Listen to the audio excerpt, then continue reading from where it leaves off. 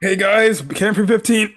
My goodness. Back at it with another My Hero Academia manga anime episode review. Anime episode. Not manga. Comment section. Can I go talk to you in the kitchen for a second? That's tomorrow. That is tomorrow. Anime episode review for you guys. Gosh darn it, man. Please Uh, don't spoil me, man. Please don't spoil me. I won't. Shigaraki's awake, we know that. And he's craving for some one for all. Mm-hmm. In other words, Deku's in danger. Yeah, and the end of the episode, man. Quirk's all taken away, yet he still has superhuman strength, on Mm-hmm. par like All Might. Didn't they say that it's not as strong as All Might, but it's still Not quite strong? as strong, but still, this is All Yes. Might capability strength right here. Another Mm-hmm. solid episode of My Hero Academia where I continue to be right in my assessment. Thank you very much. See what you guys provoked? All the haters were now saying My Hero Academia is great. My Hero Academia is great again. No, no, no, no. You don't get any of the credit. No, you don't get to enjoy this. I told people this is what I freaking tell. I was gonna say this from the start. I know these flocks of people would say, My Hero Academia is saved. It's always been saved. What the hell are you guys talking about? You're just mad because some of your favorite parts weren't adapted really as well. And on top of it, they still go back to season 5 and blame the third movie when you should be actually be thanking the third movie. This is the Mm-hmm. reason why season 6 looked good. Anyways, continuing story purposes wise, we get Endeavor versus Shigaraki this week. Well, I guess you can call that for some reason. And yeah, well, actually, let's cut over to the Gungan Mountain Villa area because that's kind of the small part area of what's going on. We do cut back to the voluptuous Mount Lady and her bottom.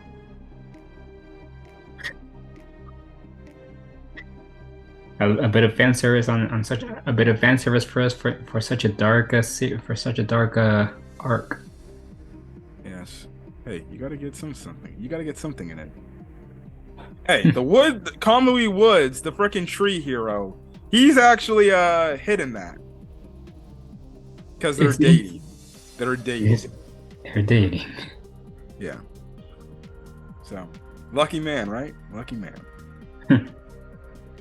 Anyways, obviously she gets forced back, and that's because of Genton. Now she ends up just going apeshit because she's just like, screw this. I'm not gonna let you freaking hurt me. I'm like that. So Cementos makes like a club of cement, and she just starts going to town. Mm-hmm. So yeah, Tokoyami, he ends up getting back to where Fat Gum was at. Fat Gum tells him, "Hey, just go meet up with the other class members, and then nurse Hawks to health, and everything." But other than that, it's the same thing. Shigaraki calls Gigantomachia to come, and we see that Dobby catches up with Mr. Compress, and Mr. Compress is like, "I couldn't stop her. She's just raging." And Toga's Yeah. definitely taking the twice death to heart very seriously. Mm-hmm. She's like, once you see her disguise shedding, you see those crazy eyes. Like, you're in the way, heroes. Yeah. This is the start of her semi-character arc that they're gonna go, and you see Gigantomachia's hands come out, and he's about to come so he can bring the League of Members to where Shigaraki is at. Mm-hmm. So that's the thing going on there. Now back to the grape shit of the episode. I'm not to say that stuff was not great, but we get it to where what's his face? The landscape is all destroyed. The surveillance team can't get any picture feed because of what Shigaraki did. And we have it to where Shigaraki's just He's just looking around at all the damage and he's wondering what he's going to do next. And all of a sudden, he has this shudder hit him, and it's saying the words, Mm, you say, man. "One for all." Gonna say those? Come on. Sorry about that. Anyways. And he's constantly getting this, and he's like, "One for all." Now, mind you, remember, guys, this is Shigaraki, not at 100%, 75% all for one Shigaraki. Mm-hmm. And we see what he does in this episode at 75% with quirks, and we get the little ending clap of the episode 75% Shigaraki all for one with no quirks. When I tell you Shigaraki is OP as shit, he is OP as shit now. Almost on par with All Might. Strength. So he's wondering, and then all of a sudden we cut over to Ragdoll, former Wild Pussycat members. And I'm sorry.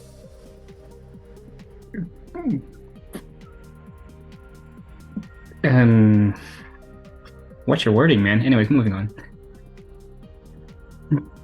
We cut over to Ragdoll, and she's just wondering, man, I wish I could help with my quirk. Because we know that All for One back in season 3 took her quirk. So we find out that speaking of her quirk, Shigaraki's got it too. So again, if for people that don't know about Ragdoll's search quirk, pretty much the thing is Shigaraki can search in on a certain individual he's particularly looking for. And obviously with the fact that he's got the head traumas telling him one for all, he's looking through the search quirk and he finds the light of Deku with all for one. And obviously he's like, oh yes. But but for now, who ends up coming in to stall him for a bit? Endeavor. What are your thoughts on this Endeavor versus Shigaraki, I guess? Part one there. Well, I kinda knew Endeavor wasn't really gonna finish him, but right there. Because I know Shigaraki has that regenerative abilities. Yeah, he almost gets touched actually too. Almost, yeah.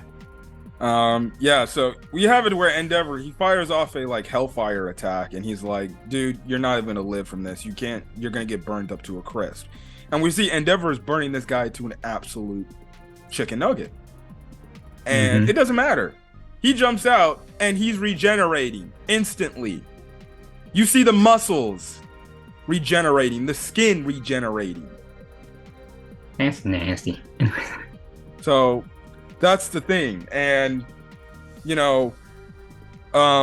Endeavor in their fight, Shigaraki says the words one for all. And obviously Endeavor's in the comms and he's like, one for all, what the fudge? And we see Burnin, she's on the comms, the same comms as Endeavor, and she's like, one for all, what are you talking about, Endeavor? Endeavor, what are you talking about? And in this meantime, you pan over to Deku, and he looks like he's seen a gosh darn ghost. He's just like, I'm in danger. yeah, he gives that look. And he knows, this mother effer gonna find me, isn't he? So Deku's just looking at where all the civilians are at and the other heroes, because at this moment they're like at a safe evacuation zone. And Deku puts two and two together and he's like, I gotta do something, because if he comes here and if he comes here, which we later find out, Shigaraki, he's not too worried about Endeavor. He tricks Endeavor and he starts heading to Deku's way. And pretty much Endeavor on the comm is saying Shigaraki's headed to the evacuation zone. Deku's like putting two and two together, realizing if he stays there, a lot of people will die innocent people will die. Mm-hmm. So he puts the idea and he goes running off. And who follows him? Bakugo/Kachan. Just call him Bakugo, damn it. Whatever, man. I don't even know his real name. I don't even know his hero name yet. Yeah, I do. Katsuki Bakugo. That's not his hero name, but I know his hero name. I know his hero name. If you only read the manga, you would understand. But Oh, you're really going there? yeah, I know. You hated me when I went that direction, but my bad. Now you just have to be now you have to be extra careful not to spoil stuff for me. I won't. Anyways. Bakugo makes the mention. He's like, "Hey, frickin' you, or Deku. I know you're I know you're running away because they know about All for One, and I put 2 and 2 together. Everything, and obviously Deku's like, well, what the hell else I gotta do? You know, I gotta deter this guy. So they go off. Oshako and the others like, hey, where the hell are you going? Great excuse, Deku. I forgot something. Really? You came up with a better excuse. Yeah. How about like, I hear a civilian. I don't know. Yeah, I forgot something. Good job, Deku. Now it makes your friends a lot more serious. Now, also too, with the fact that apparently the word "one for all" now is known to Endeavor, and I'm guessing other hero people, you have to wonder, when is Deku's secret gonna be out to where he's just gonna have to tell everybody? I'm guessing where the manga is at right now. Nobody still knows yet. I don't want to give away spoilers. Okay. So it's an interesting thing there. And Deku, again, he tells Endeavor on the comms as they're going through the city, him and Bakugo, he's like, hey, Endeavor, because he puts himself on a private comm with Endeavor. He's like, Endeavor, I think Shigaraki's after me. Now, he doesn't give the reason why. He just says Shigaraki is after me. And obviously, Endeavor's like, why the hell would he be after Deku? Like, you know? So you have to wonder. Eventually, they're going to find out, and Deku's going to have to spill his secret. Because it's all making sense, because, let's be honest, look at it from an outsider's perspective. Why would this guy be so interested in Deku? One for all. And mind you, again, people don't know Deku's quirk. They just think it's some sort of strength-enhancing quirk or something like that. They don't know the exact name. Only person that knows the exact name are Bakugo and All Might. Everybody else, nope. And Gran Torino. Oh yeah, and Gran Torino. Yeah. Well, we already know that. Whatever. Anyways. And So Shield. you get a nice scene where Bakugo is kind of having an inner monologue of himself, and he explains the reason why he came with Deku. What is that said reason? He's gonna get some payback for what he did, for what Shigaraki and the others did to him that day. And because they're the reason why All Might, fell from power. Well, he blames himself for that. Because he got captured. So yeah, I thought it was nice. And the thing is, he's like, well, Deku's at 35% and he can boost up his strength to 45% in short bursts. But at the end of the day, I don't care how strong he gets. I'm going to try my best to catch up to him. Now, mind you, you have to wonder, eventually, when Deku gets to 100% mastery, plus on top of all the quirks he's going to get from the other users of One for All, it's going to be a hard pill for Bakugo to swallow, because let's be honest, I don't think he'll be able to catch up to Deku by that point in time, because Deku will be infinitely stronger than him. Yes. But hey, the motivations are there. I respect it. Because, hey, at the end of the day, that's his goal. Because he's thinking of this. Well, if Shigaraki is like All for One, and Deku is the opposite of that, if I'm able to keep up with Deku, then that gives me a pretty damn good shot against Shigaraki. That's actually, yeah.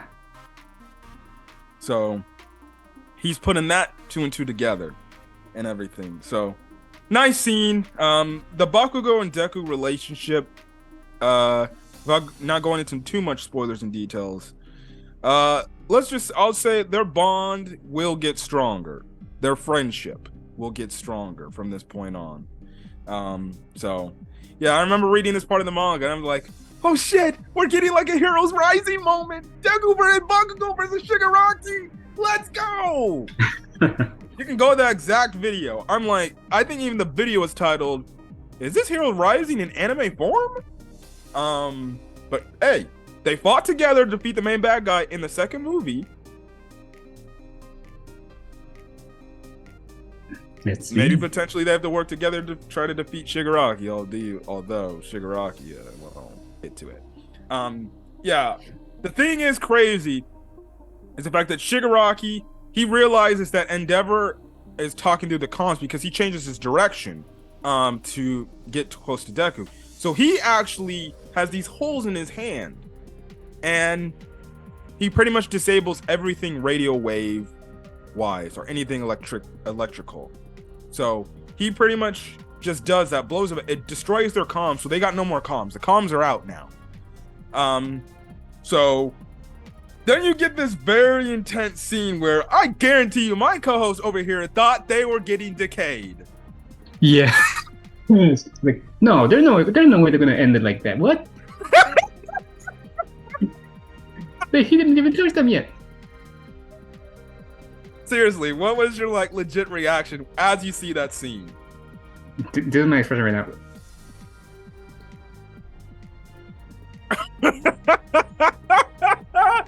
Oh my gosh. Oh no. Mind you, But of course, I guess you can say that's kind of a flex, a fear type of way. You know how these main villains be showing off their power, like for example Dragon Ball. That's a good example. The main villain like shows off their freaking power and everything, and then that's where you have our protagonist be like, oh shit. In this case, Deku and Bakugo felt the fear so damn bad. If they had continued going any further, because Gran Torino comes in right there as he saves them, because Shigaraki is right there in front of them. They go any closer, they're dead. Right in the clutch. Feels one for all. They're both dead and they're both decayed. Mm-hmm. Again, another moment when I was first reading the manga and I saw this panel in the manga, I'm just like, what the hell's going on here? What? Handled absolutely perfectly. Anime onlys, I guarantee you were probably just like, no, this can't be true. So they wouldn't kill off the main character just like that, would they? Anyways, Gran Torino, he comes. Go ahead. Scratch that. They would. I watched enough anime to know they would. So are you joining the camp of Bakugo may die now? I'm just throwing it out there. Is that a spoiler? No, it's no spoiler. I'm just saying it's there. People always throw those theories. Bakugo may die. I've been hearing those theories, and I don't even know if that's true at all. Yeah, I'm just throwing it out there. You know, Endeavor could potentially die. I mean, yes. Potential. So, coming back to Gran Torino, he's pulling them away, and he's like, "You idiots, freaking! What are you doing out here? Are you trying to get yourselves killed?" And pretty much, Gran Torino is like, "Well, I got to get you out of here." Freaking Shigaraki is on a whole new different level now. He's got the abilities of All for One now, and that kind of shocks him. They get to an area that's seemingly not far away from where Shigaraki is at, and the reason why is, well, they don't want any more casualties, which again, smart. You want to keep him in a direct area. And also too, we also find out why that's the case. We come over to where the heroes are at, and everything. Endeavor starts showing up to fight and everything, with Dragon Hero Ryuku. But also in the meantime, that's actually the cliffhanger of the episode. In the meantime, what is it? We have Aizawa, he's pretty much have his arm around Rock Lock, so apparently he must have been hurt, where he needs some sort of assistance. His quirk is activated, and he's using it strictly on Shigaraki, because Ryuko goes in for an attack, and Shigaraki touches her, and you're thinking, oh shit, she's getting decayed too, she's dead. Yeah. But you thought that too. I thought that. But it doesn't activate at all. So you're just wondering, like, wait, what the hell's going on? And then we find out it's Aizawa using his quirk to cut out all the quirks that Shigaraki's got. And the funny line Shigaraki's like, because Aizawa's like, you tried to go and kill my students. And we know Aizawa, when it comes to his students, don't fuck with him when it comes to his students. He loves his students. He may be the type of hard character that doesn't show it, but he loves his freaking students. Mm-hmm. And pretty much, I love the scene where, what does Shigaraki say after seeing this? Oh no. What did he say? He said, Eraserhead, you're so cool. Oh yeah, that's right. Oh my gosh. We also see the hero that helped Ida in his internship in season 2, Manuel. He's there, and he's giving Aizawa some eyes, because if you know about your science, you can't keep your eyes open like this like 24/7, because your eyes will dry out. And when they dry out, well, you're gonna have to blink to moisturize your eyes. So he's putting water near his eyes, because we've seen just what Shigaraki can do with his quirk, his decay quirk. So right now, Aizawa's in the position is he can't close his eye. He has to be focused on this guy 100%, because if he closes his eyes, that 1 second, Shigaraki will be able to use his quirk again, and it could be just one devastating quirk. And mind you, he has all the quirks All For One has accumulated his entire lifespan. Every quirk. Yes. And you say this is the cliffhanger, but that's not the actual cliffhanger. I know. I was about to get to that. But the thing is, Manuel's staying there, so it puts an incessant need, and Shigaraki knows he's selling off my quirks. What do I think I got to do to get my quirks back? Take out Aizawa. There you go. So Aizawa's not mobile right now. Really, he's not mobile. It seems like his leg is messed up or something, because he's being carried. So he's in a stationary position, and he has to stay strictly on Shigaraki. And again, the reason why the heroes can't move so far, because remember, Aizawa has a range to where his quirk can go. If he leaves that said range, quirk goes away. Mm-hmm. And Shigaraki has access to his quirks. That's why Gran Torino dropped him off in a nearby area. Deku and Bakugo in a nearby area. But now it's must protect Aizawa, because he gets got, they're in trouble. Yeah.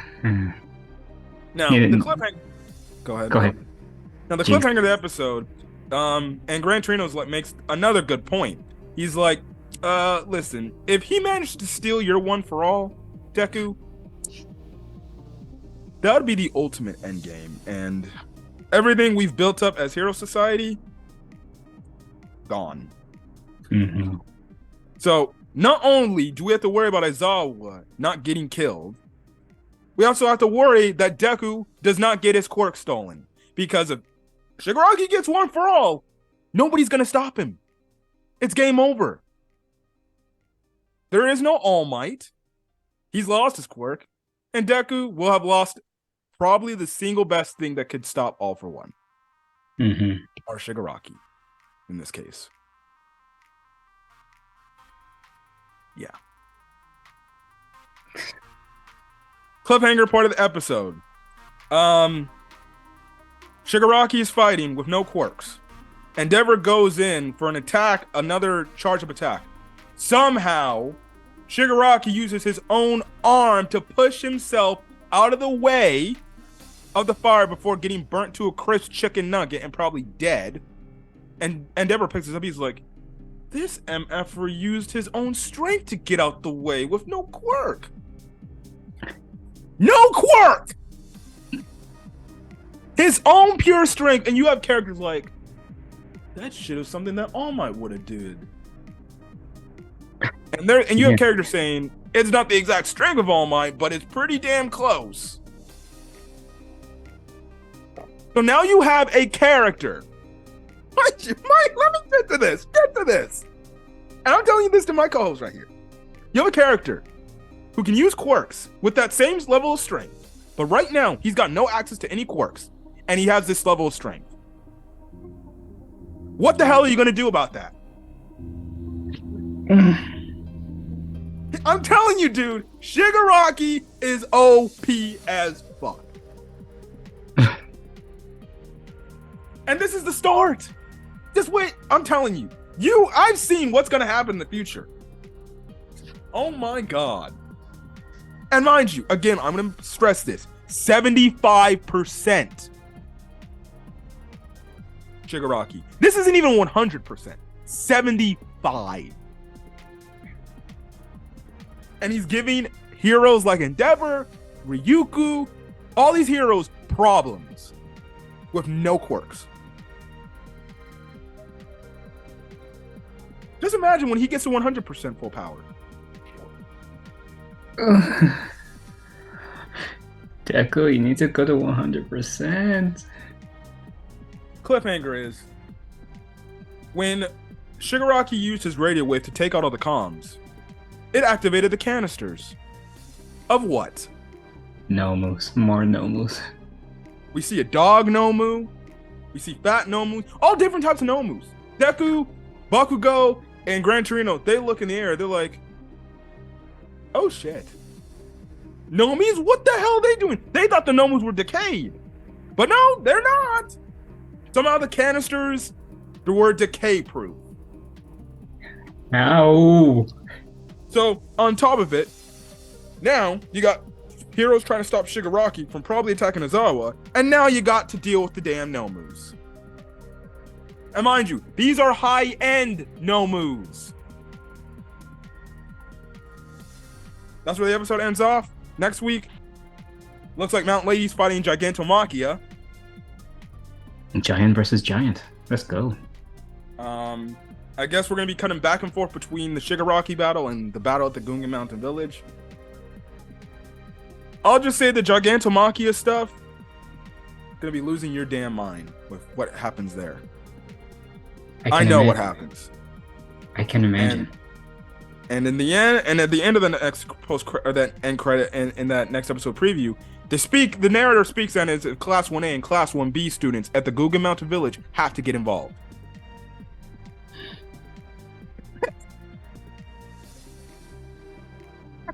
So we could potentially be seeing some students kick the bucket and die now.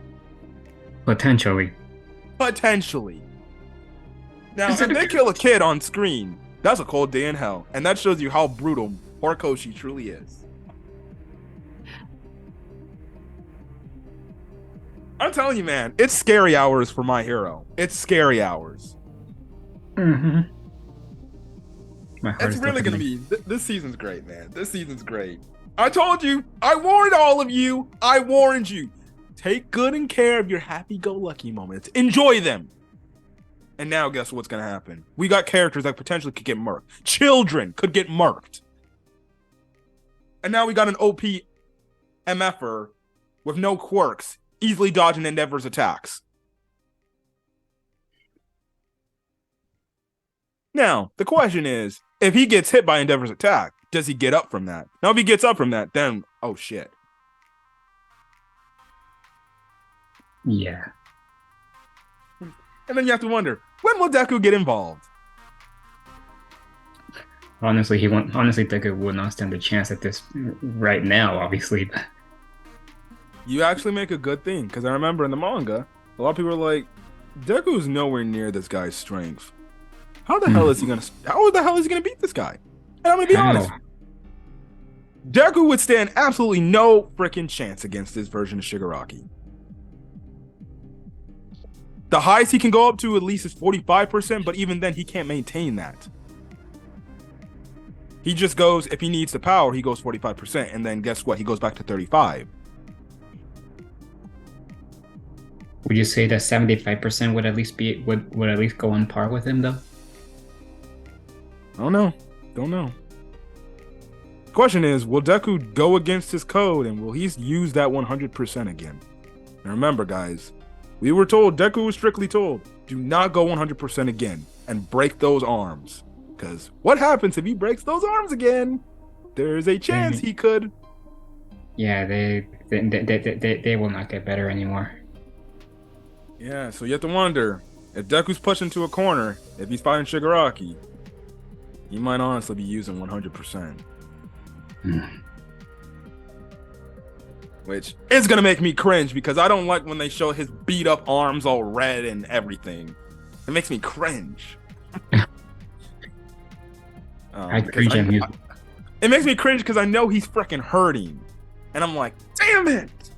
That says a lot, and I cringe at musicals. Well, if you cringe at musicals, then does that mean you'll be cringing at every damn song in One Piece Film Red then? Probably not. Okay. Anyways, we're gonna get out of here. This is a very long video, and I hope you enjoyed our thoughts of My Hero Academia. I hope you enjoyed my co-host's first reactions to certain moments. There's gonna be many more times where he's gonna be reacting with his jaw dropped. This was just the first. This is just the first. Yeah. Shadows to Crust though. He saved Aizawa at the last moment. Yeah, if Aizawa died, they really be fucked.